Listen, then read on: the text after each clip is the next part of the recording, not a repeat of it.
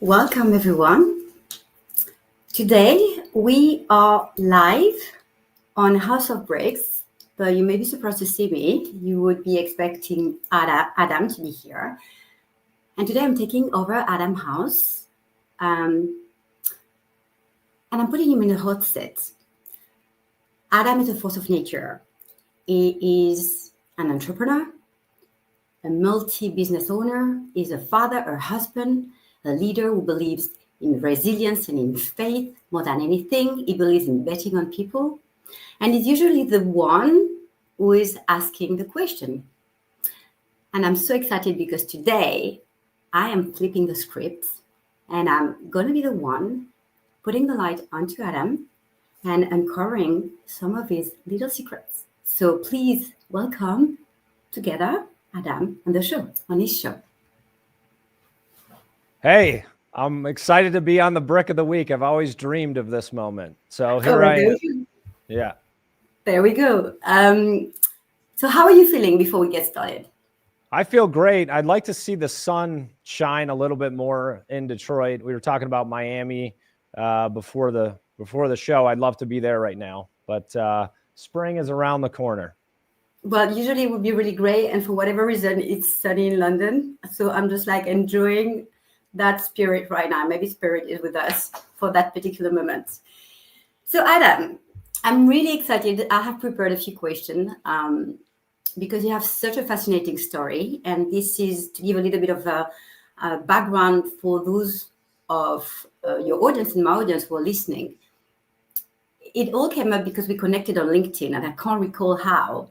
And then we jumped on a call and when I jumped on the call with you, I said, oh my gosh, I read your story. Your story is fascinating. And I was telling you I wanted to have a podcast and you were like, why don't you do it? Why don't you do it? I was like, oh, because I don't like tech. And I was like, why don't I interview you on your podcast? Because you need to tell your story. People need to hear that story. And you were like, yeah, let's do this. So this is why, for those of you who are listening, this is why I'm taking over today Adam's show. And I'm going to share with you his stories because it's pretty unique. So are you ready to start? I don't know. For some reason, I'm nervous, I guess. This is weird. So I'm used to knowing what's going to happen. So maybe it's a little OCD. But yeah, we got connected on LinkedIn. So again, a lot of people use LinkedIn as a recruiting platform or to market their services. And in June of last year, I got connected with Michael from our team that's now our head of growth. And he taught me the value of LinkedIn for building relationship capital. So I was literally, I got to the point in October where my fingers were almost bleeding with the number of comments and engagement I was doing on LinkedIn. So somehow I came across your profile and switched from some of these AI commenting tools that now that I use LinkedIn all the time, people say like spot on or well said, or, have these paragraph long comments. And I just started leaving real comments, actually reading people's posts and leaving real comments. And you picked up on it. And that's how we got connected. Exactly. I remember now because I really care about my comments and I really pay attention to all of my audience and the people who take time to write under my post. I really want to give back to them. So now what we're going to do today, we're going to take everyone else who's listening, on replay or live on a journey with us. So let's go back to Adam as a little boy. Looking back, I'd love to know how your younger years shaped to me. So he served our country in World War II, flew 52 successful missions in World War II. And, so he was just a great influence in my life. So he's in World War II. He's a postman, a fireman, served our country in many ways. And so he taught me the value of hard work, discipline. Grew up playing a lot of sports and fell in love with business when I was junior in high school. I don't know if it's me, but we can't hear you properly. There's something with your mic. Maybe you need to get closer. Just want to say. Can you hear me now? Yeah, better. Yeah, better. Okay. All right. Yeah. I always hate this thing like right in my face. Put it there. Just don't Yeah, move. there we go. I'm not gonna move again. Paul's always like jamming this thing, and so I'm Move. here. Okay, Good. there we go. So what would be the biggest lesson that you learned from your parents if they shaped you in any way? The value of hard work and education. So my mom, she has her doctorate in education. So I can still hear to this day correcting my grammar as I'm speaking and writing. But it's been a huge value in business and life and content creation, being able to articulate yourself well. Which you do well. So now if we look at, we're moving forward. If you were to be sitting in front of Adam, 13 years old, what would he say? If you say, "Hey, mate, how are you doing?" What would he be saying? What would I say to Adam, or what would Adam be saying? What would he be saying at 13 years old? I guess what I'm trying to say is, were they early signs of the Adam House that I'm seeing today, the man in that teenager back then? Yeah, about that time, I think I got my first job. Actually, my first job, what did I do? I was umpiring senior citizen softball. So I got my first job, and also just loved basketball. So when I was 13, just fell in love with the game. It was started with work in basketball, and that's kind of what shaped me to where I am today. Okay, which is great because it's bringing to the next. So now we're moving into, you're 19 years old. You have no real experience in marketing, no qualification. And there you go. You set up your first business. Can you please tell us how you navigate at such a young age with that real experience, the transition, the industries, and what drove you to take this bold step? Yeah, so I worked for Dan Gilbert my junior and senior year of high school. So he's the founder of Rocket Mortgage, one of the nation's largest mortgage companies. But at the time, they only had 50 or 60 employees. And I just saw his entrepreneurial vision and how he was able to build Rocket Mortgage. And so I went to college for a year, moved down to Florida for the summer, and took a job, started making money. And I was like, I'm not going back to college. I'm already making more than the professors. So I left that company. And honestly, it was just resilience from sports, I think, and how I grew up. And also just being ignorant. So if you, were to tell me, hey, you can start a multi-million-dollar business with a couple $100 out of your apartment, I would have said you're crazy.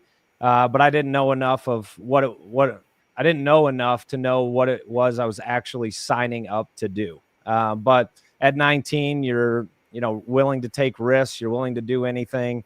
Didn't have family responsibilities at the time. So just committed to it and made it happen. So on that later, what is your relationship to risk? Is this something that, from what I'm hearing, that seems to be something that you have embraced naturally, or would you say that you learned with age how to take risk effectively? Which one is it? I would say I have not learned how to take risk effectively yet. I've gotten better at managing the more risks that I can take. So I can take more risk now, get through it, manage more. But I love taking risk. You have to bet it all to win it all. And that's, how I live life. And your story's never over until you stop writing. So even though you go through ups and downs, there's always a way out. I really hope people listening or watching are taking notes, because you are dropping some golden nuggets that could be quoted. Instagram post, LinkedIn post. To something, I would love to talk about something that is probably my favorite subject. I'm very spiritual. My relationship to God, universe, is very strong. And this is not that often that you meet someone who is very vocal, a man in particular, very vocal about the impact faith has had on his life, on his business. So what I'd love for everyone to understand here is, has your faith shaped any decision that you've taken in your business? And do you have any major moment where you felt everything was crumbling and faith helped you move forward?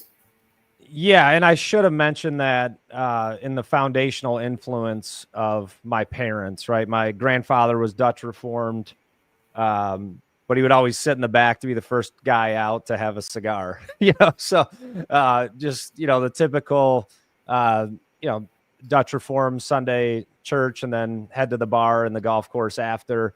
But my mom, her faith has been just incredible. And it's been a foundation for me. I can call her anytime.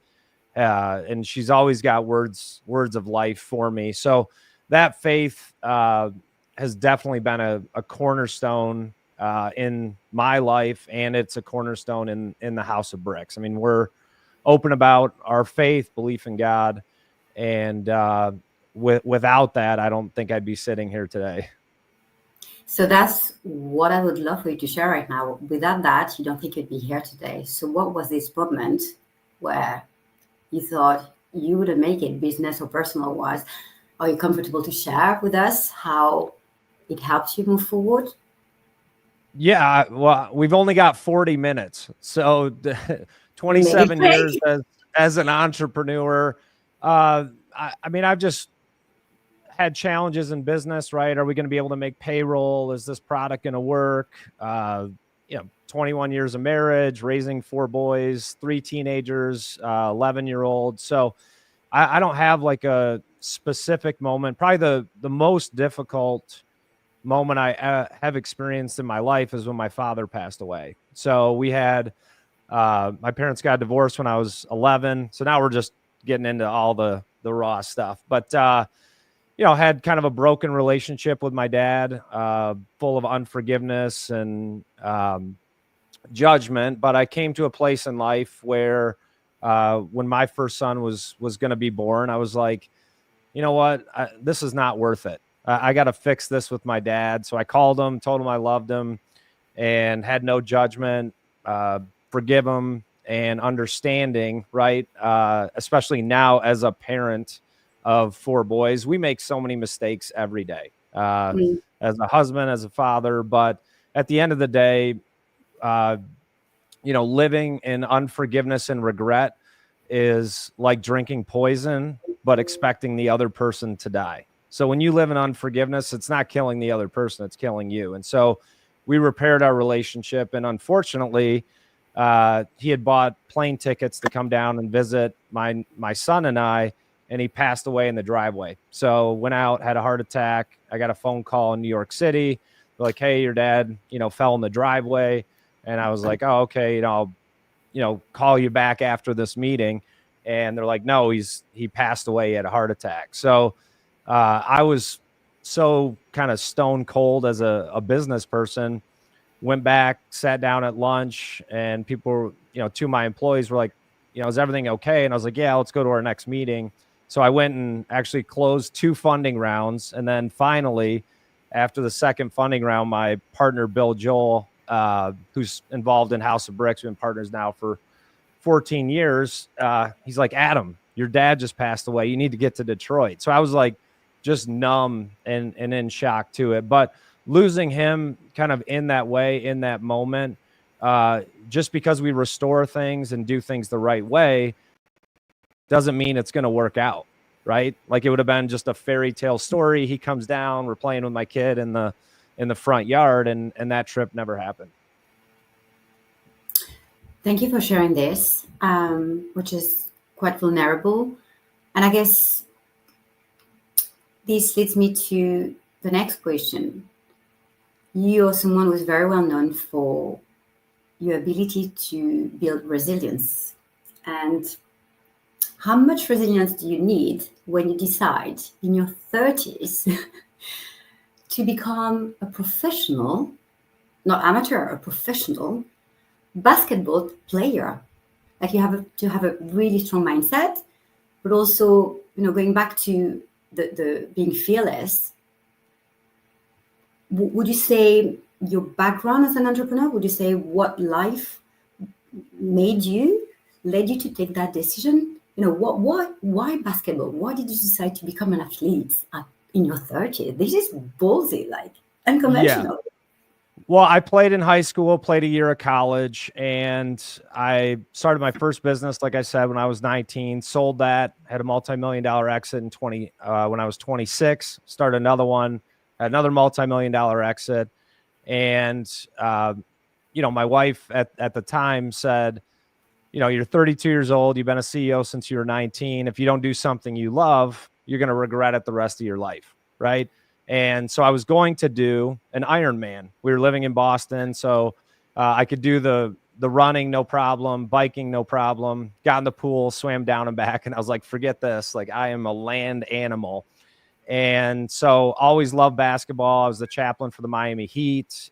We had courtside seats. So just been around the game, love it. And I was like, well, if I put this same level of work that I'm going to do in the Ironman into basketball, I could probably make some minor league team somewhere. So, we didn't have to worry about money at the time. So I just spent 6 months training and ended up making the team at the Rochester Razor Sharks. So I've always, and now I've kind of framed what it is. A lot of people are looking for their why, but I've always lived my life with the why not. Like, why not start a business when you're 19? Why not play professional basketball? Why not start 7 companies? It's just a much faster path. And so I think where you were going is, how much resilience do you need?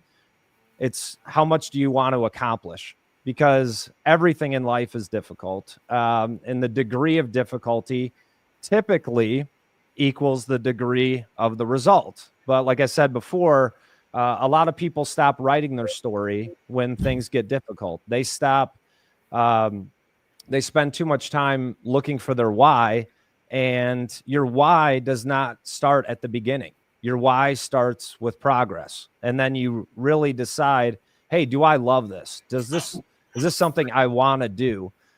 Because it's going to be difficult. It's going to be challenging.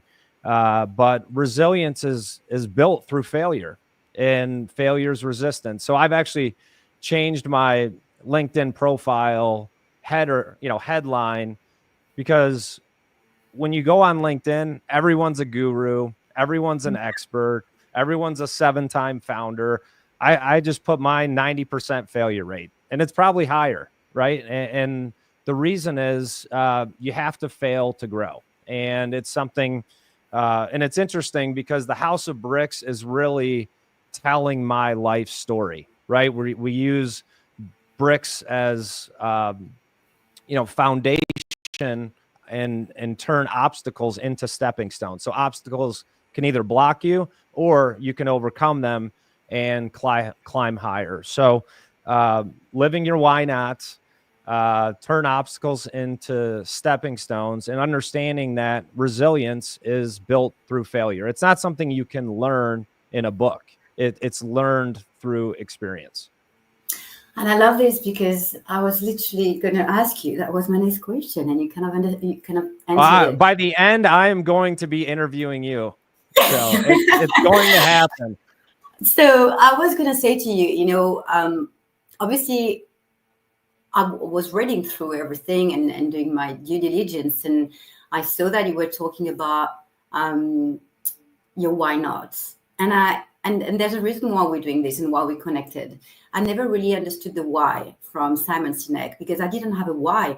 When I set up my business, I was like, why the hell not? There you I go. didn't know what I wanted to build and what I wanted to build. I didn't, because COVID hit. So I had to readapt, I had to reposition. And even today, 5 years in, I don't really know what I'm going. I'm just like, why the hell am I going to try that? Like what we're doing today, why not? Why am I not interviewing someone else and inviting myself?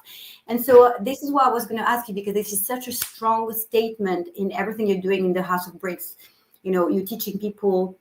So the reason why, I want the secret power to be bigger than just to admit that go everywhere is because you just said it. On LinkedIn is full of successful stories that are all fake. People have They're so bad. I'm telling you, I know they are. This is so bad. and then you come across people like you, and I work with a lot of them. And the reason why I call this, and I don't know if you see that, the secret power, is because all the kids who are very vocal are broke and they're not running businesses. They just know how to build content that go viral. And I'm working with so many real business owners like you who are just starting being visible online, and their expertise is already made. So they have to be online to be seen, because if you're not online, you don't exist. But it's been 20 years, all my clients and you guys, I've been running multiple businesses and crashed and found and rebuilt. And so this is why I was really keen to put the light on real business owner like you who know what is, and I'm going to go there, but at some point I want you to talk to us about sales burn rate, which is something you love talking about. You talk a lot about this. What do you think people do wrong when we talk about sales burn rate? How can you grow and rapidly and balance and have some sort of financial stability? And where do you think people go wrong as a business owner?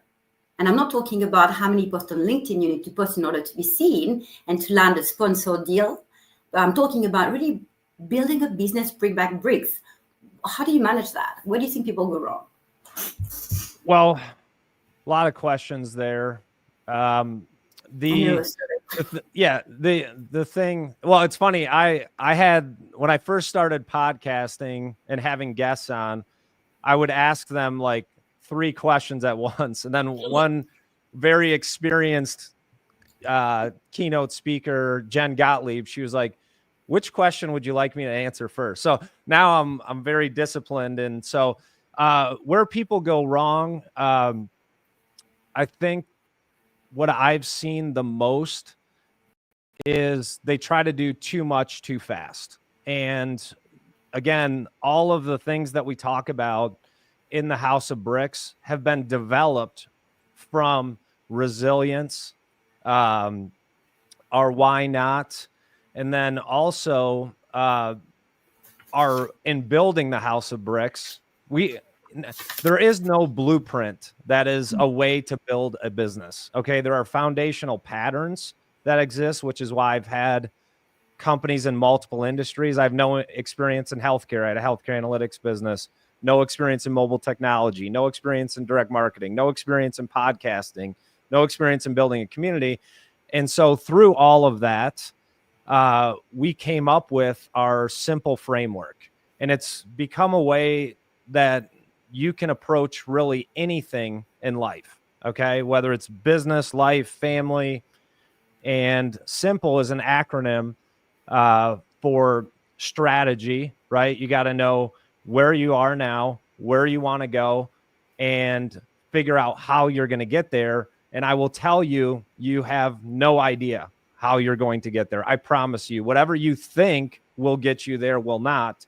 But there's many different ways. We were talking about you and your husband are going to Miami maybe in November. You could take a boat, probably not. You could fly. You can't drive because you're in London, but there's different ways to get to destinations. And so once you have defined where you are, where you want to go, the I stands for innovation. And this has become also a foundational brick for the House of Bricks and anyone we talk to.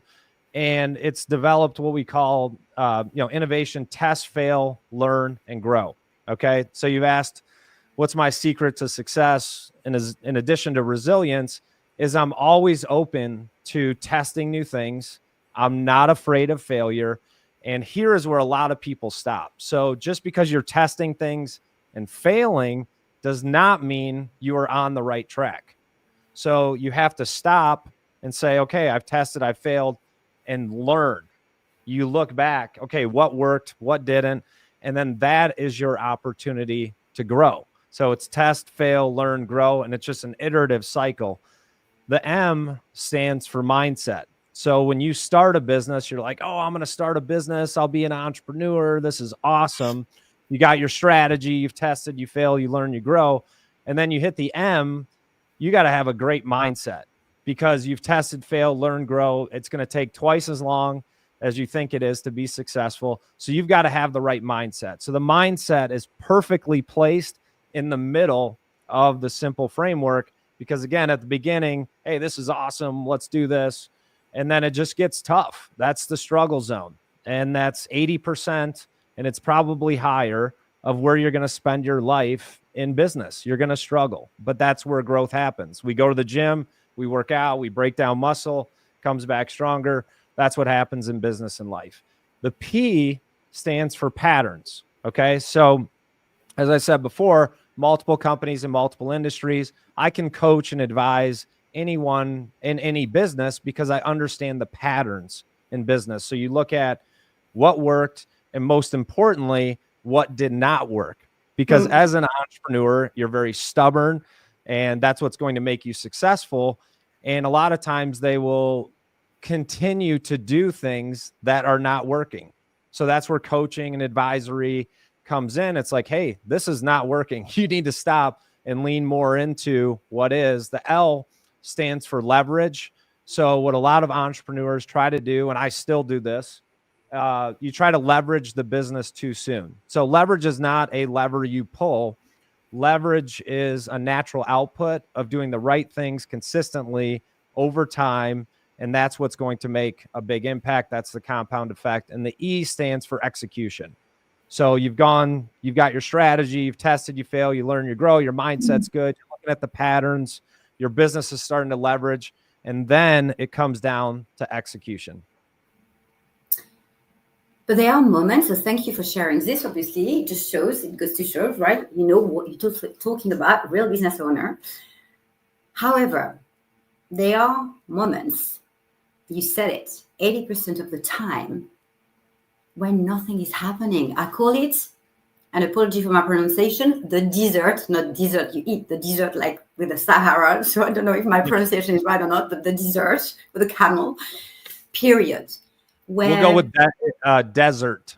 Desert. My daughter is like, yesterday we had a whole debate around apology, a sheet of paper. Apparently I don't say it properly. She said, you cannot say it this way. I said, well, whatever. I say it the way I said, I'm French. Because she's probably British French, and she's like, oh. But anyway, imagine you're in the desert period where you keep showing up. You're doing all the right things. You invest in coaching. You see your revenue going down. So you slip into scarcity mindset. And you just like, your business is not even a business anymore. Like, you're spending more than you're bringing in. What would be your 3 practical steps or practical strategy or advice that you would like to share with those of the people watching that are going through this right now? As opposed to, don't tell me believe it. No, like practical, like you at the end, you have 3 months revenue left. It's going down. Nothing is working. So you just said it. You just said, when this is not working, look at what's not working, which is what I do with my client, and flip. And we often said, I often said, the pain needs to be very, very strong for things to change. When it's not painful enough, you keep going, right? But what would you say to someone who's just right now, look, I have 3 months revenue left, I have a family to feed. What can I do to get things back on track? If I had 3 practical steps to that, I would have used them already, and I'd be retired on an island in Fiji. It just depends on the situation. It depends on your risk tolerance. Like, what can you handle, right? There are times when you have to just say, this is not working.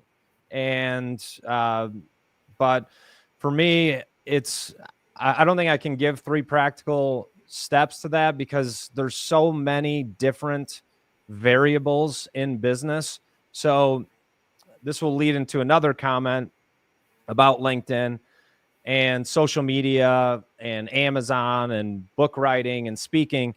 A lot of people are monetizing yesterday's success. So just because you sold one company doesn't mean you can teach someone else how to sell theirs. The economy changes, interest rates change, consumer behavior changes.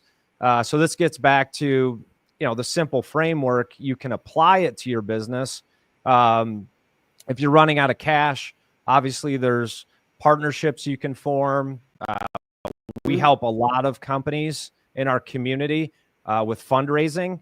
So founders always think they need two things: sales and cash. Well, of course they do, but you have to create a vision that money wants to follow. Okay. Money does not lead, money follows vision. So there's always people that want to invest in businesses, but if you don't have the right story, the right vision, you're not investor ready, which is another thing we help businesses do.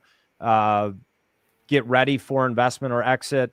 But there's ways to raise capital, ways to raise partners or form partnerships. And then there are times it just didn't work out. And that's your learning lesson. I got this business to this point, and we've only got 3 months of cash left. And that's your learning lesson. So you do not get there again. Yeah, that's very interesting. Thank you for sharing this as well, because there's a lot of entrepreneurs who have the assumption that you need to do it all yourself, when actually I know more people who have investors. And I've been working with so many startups whose business model, I was even wondering how would people invest in that kind of business model, whose product wasn't fit for market. And I was like, what the hell? And yet they managed to raise. So as long as they had the right energy, the right way to tell a story, they got there. So I think it's important that you share this, because a lot of people are right there thinking, oh, I have to have so much money in order to set up a business. But actually you don't. You need a good business, a good way to tell your story through a nice deck that talk about, where you want to take your vision to, and then find potential investor that will be happy to support you on this journey, which is totally true. Yeah, in the early stages, I always say, startups, bet the jockey, not the horse, right? So the business is the business. When it's early on, anyone can make a nice presentation. You can cast vision, all that. But I bet on founders. Like, does this guy or person have what it takes? And even if they don't have the experience, if they have the desire and the passion, when people come to me with a new business idea, a lot of times I try to talk them out of it, even if I think it's a good idea, because I want to see how committed they are. Like, yeah, I don't think it's going to work. And if they call me the next day and like, well, hey, well, what about this? And if they keep pushing me, I'm like, all right, this guy may have what it takes. I'll invest in your business. So it's really, mindset, passion, and they may think they're resilient. But again, when you hit that struggle zone, that's where the rubber meets the road. But if they're open to advisory, open to coaching, they have the resilience, those are the type of businesses I bet on. When you just said that, you coach all these people, you're a business advisor, you're a podcast host, you're very much leading the conversation, you're a leader. But what about you? Who has been your expander? Who is coaching you? Who has been that person at the top? For example, if you giving you an example, my expander was when I set up my business, Gwyneth Paltrow, amazing woman who transitioned from being an actress to set up a wellness business, divorced successfully, friend with the ex, married a hot guy. I mean, everything is working really well, and she's a badass at what she does. Created a Netflix program. So, who is your expander? Have you had one? Or not, maybe? And if you had one, would you like to share with us?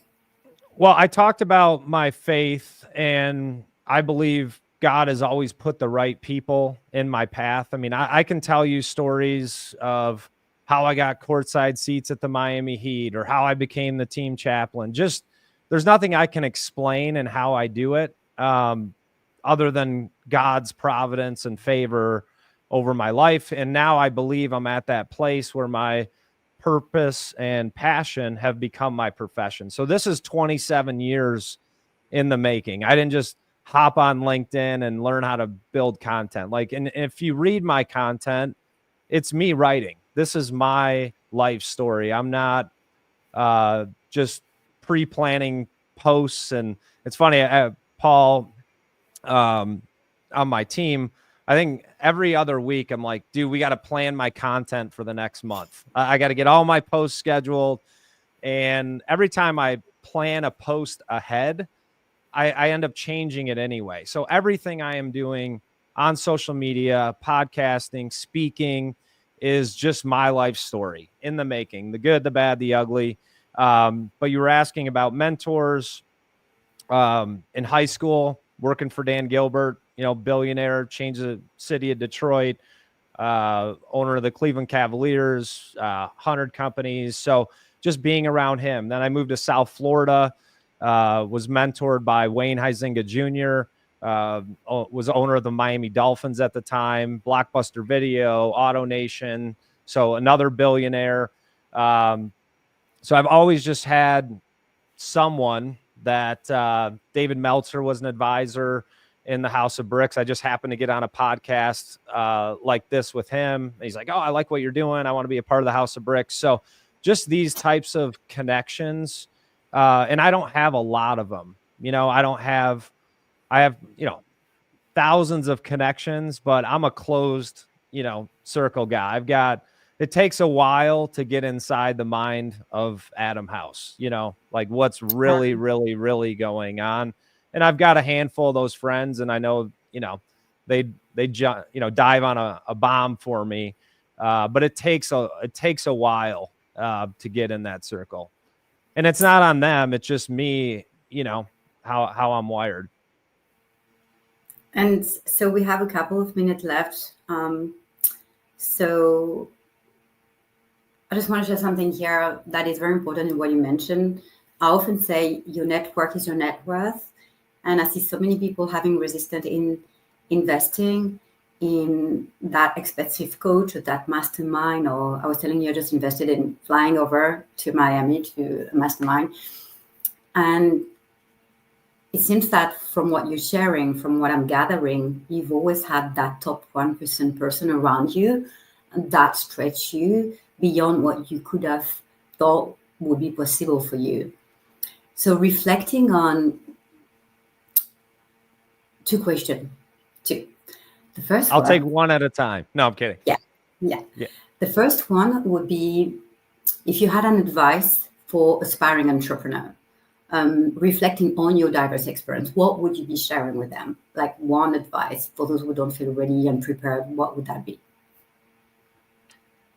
Well, what you said, your network is your net worth. And this is a foundational principle in the House of Bricks, the value of relationship capital. Okay. If I didn't work for Dan Gilbert, I wouldn't have learned about the mortgage industry. If I didn't move to Miami and end up getting courtside seats, I would have never met, Wayne Simeon, who was one of the players there, and Derek Anderson, and they helped me become the chaplain. But you have to get yourself in the right room.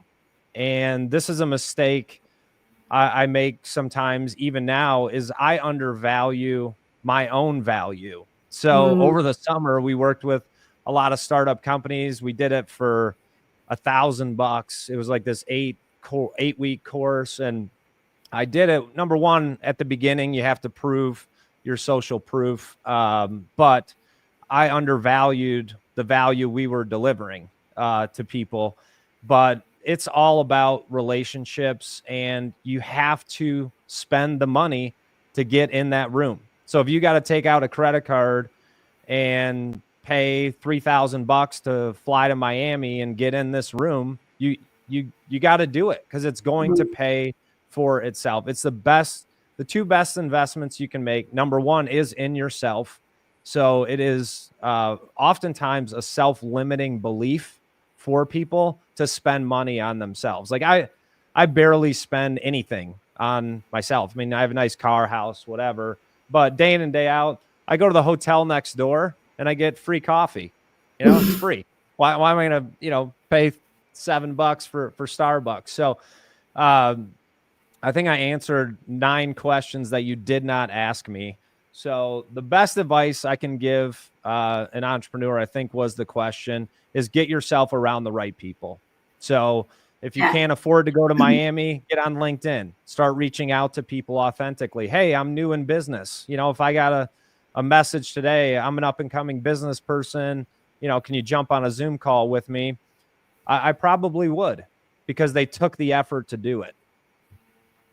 Which answered my last question. You're going to be so happy. The last one. So, first of all, thank you for everything. It was such an amazing moment that we shared together. Everyone, I see Mark, and I was acknowledging he's an amazing business owner as well in the comment. I've seen Corinna as well. I haven't read everything, but thank you guys for being here. Thank you for everyone who will be watching on replay. And the burning question, how can people work with you? Where can they follow you, find you? You have the podcast and everything, but how can they get access to your knowledge? How can they plug in? How can they reach out to you? And if you become a billionaire, for the show, I take a cut. Yeah. If you can't find me, I'm not going to work with you. Like, seriously, I'm on Instagram, I'm on LinkedIn, Google, wherever. I've been doing this 27 years. So if you can't find me, then I'm sorry. I'm not available. And so what's the best way to work with you? Is to see House of Bricks?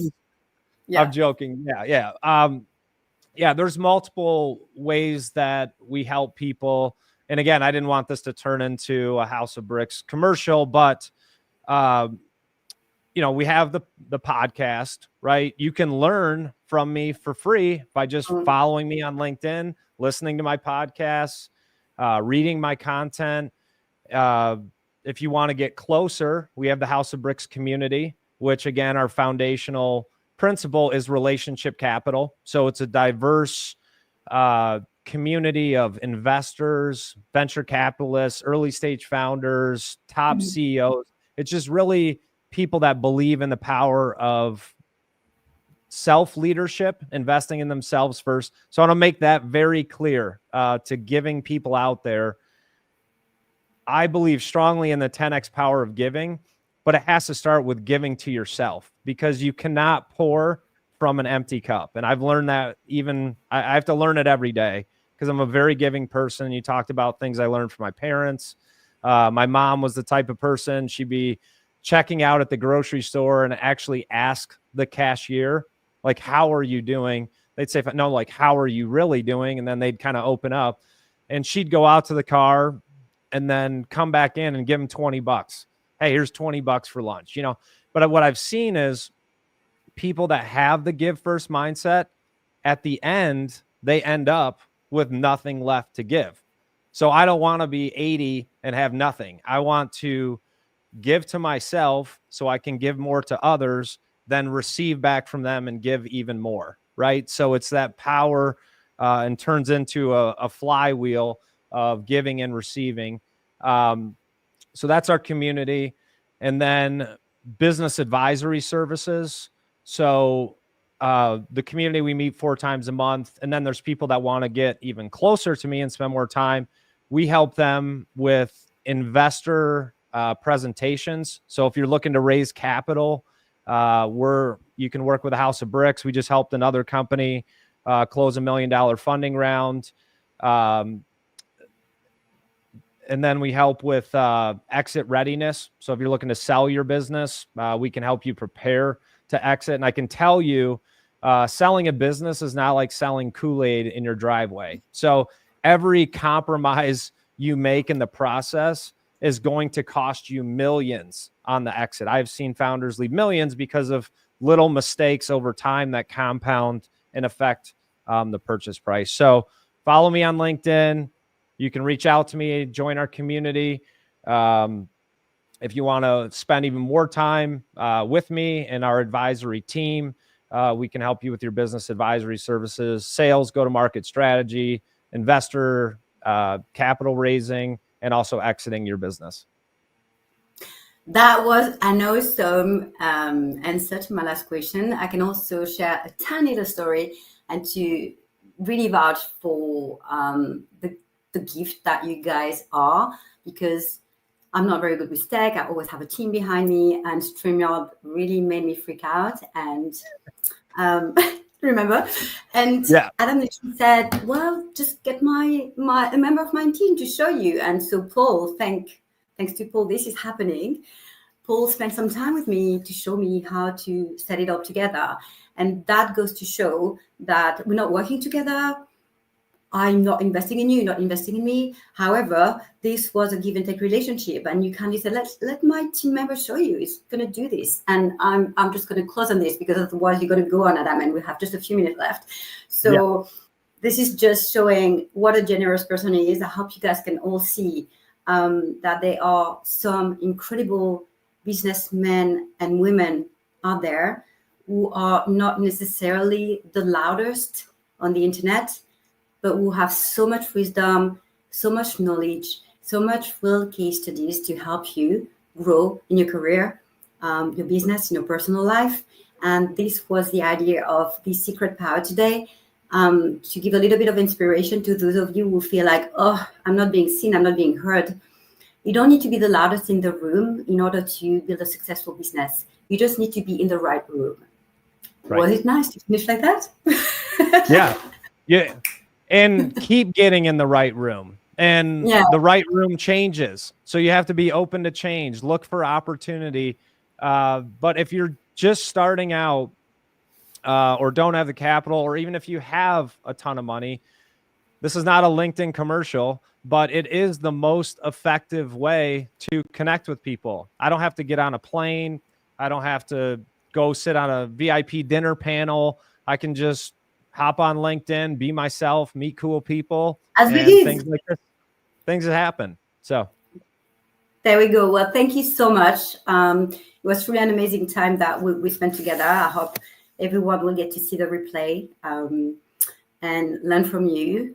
And for the next one, we would like me to take over and put them in the hot seat. I'm Geraldine Spurway, and I would be delighted to invite myself on your show.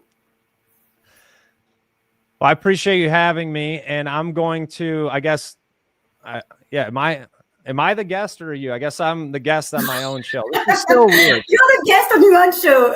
I'm the guest on my own show. I'm going to be talking to myself all day or something. I don't know. This has been really exciting, and it was good for me to be able to share. And I am always authentic, but I had no idea what these questions were going to be, but it's been a great conversation. So I'll let you close us out. Well, there we go. Really excited to see what's coming up from here. And if you guys want to grow your business, you understood you're sitting in front of two amazing mentors. Drop myself in. Have a lovely day. It's 3 p.m. in London. It's 8 or 9 a.m. wherever you are in the US and in Detroit. And we're available for you in our DMs. Bye for now. All right. Thank you.